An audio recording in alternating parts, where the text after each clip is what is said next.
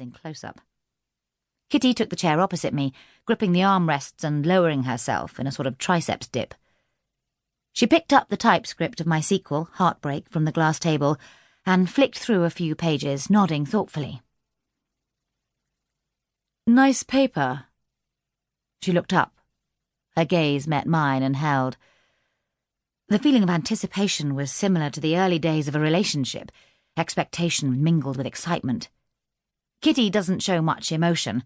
She leaves that to editors, but I was waiting for my high-five moment.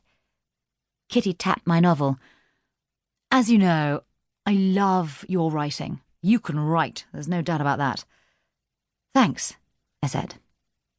Kitty hooked her pale fingers into the string of lime beads around her neck. She took a deep breath and let it out long and slow. "But we've got a problem." "Oh?" I hadn't been expecting the but. "Is it too long?" "No. Well, maybe a touch. It's not that. The question is, Lana, what's the hook?" I did some quick thinking. "The hook is that this is the sequel to Love Crazy," I said after a moment. "That's not a hook," Kitty said. "Okay." I had another try. "The hook is how love turns to heartache." "Yes, heartache. That's what the problem is.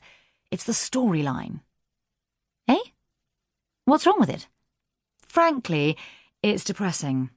The last few days I've had this dark shadow over me and—" She hoisted my typescript up as evidence. "It's this book. It's bleak." Couldn't argue with that.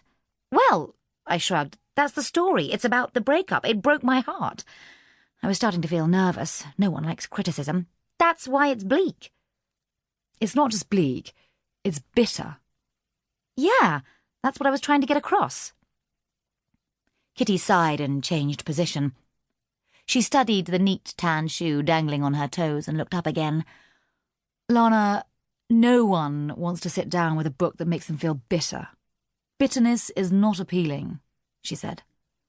"What's happening with your blog?" "I was getting so much hate mail I stopped posting." "You see? Sad. Now that's something else. Sad you can get away with at a push. So maybe you could have your hero die of something." "Yes, I could do that." I leant forward eagerly. "Trust me, I've imagined it.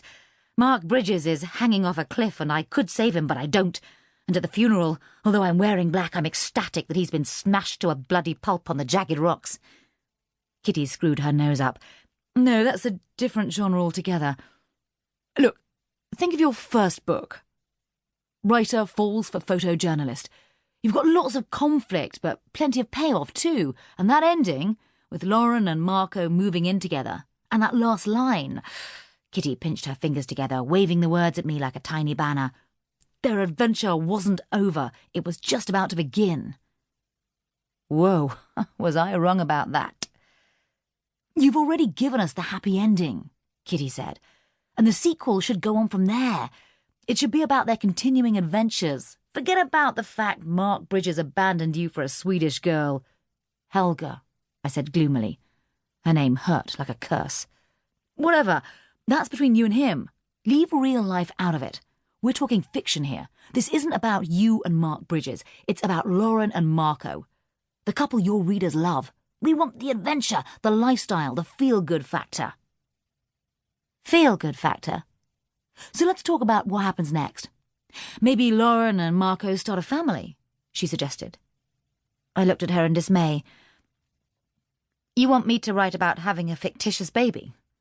"That's it. Remember, your book is about living the dream. No one wants to read about how it all went wrong and you didn't get out of bed for a month. They can look to their own lives for that sort of thing." I stared at her bleakly. What kind of insanity would that be, writing as if Mark and I were still together, in love, and then switching off the PC and coming back to the desperate hideousness of reality? I couldn't do it. The whole idea made me ill. I gripped the chair tightly.